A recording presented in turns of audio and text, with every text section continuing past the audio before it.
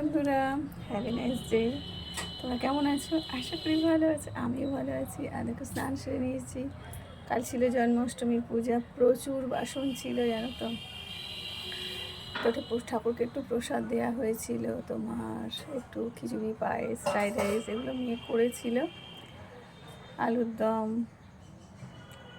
তো লুচি, এগুলো লুচিটা বিকালে দেওয়া হয়েছিল। তো এগুলো সবই করা হয়েছিল। তো প্রচুর বাসন ছিল, সেগুলো সব মাজলাম, ধুলাম, আবার সব গুছিয়ে রাখলাম, উপরে জল ঝরাতে দিলাম, সব আবার বস্তার মধ্যে ঢুকিয়ে বেঁধে রাখতে হবে, নাহলে সব বাসন নোংরা হয়ে যায় জানো তো। তো দেখো প্রচুর গরম, ঘেমে স্নান হয়ে যাচ্ছি।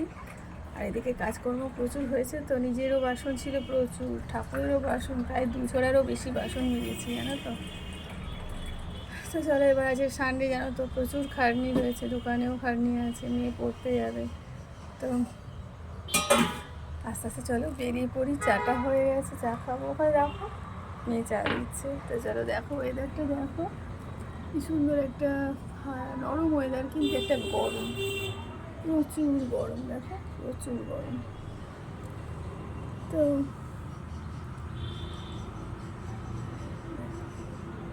তোমরা সবাই কেমন আছো? আশা করি ভালো আছো, আর ভালো থাকো সবাই। আর কালকে দিনটাও ভালো কাটিয়েছো, তার আগের দিনটাও ছিল 15 আগস্ট, ওটাও সবাই ভালো কাটিয়েছে। তো চলো টাটা, বাই, সবাই ভালো থেকো, সুস্থ থেকো, সুন্দর থেকো। আর সবার চা খাওয়া হয়ে গেছে? আমার কিন্তু এখনও হয়নি। এই দেখো চা, চা মেয়ে দিয়েছে। তো চলো টাটা, একটু ঠান্ডা হোক, টাটা।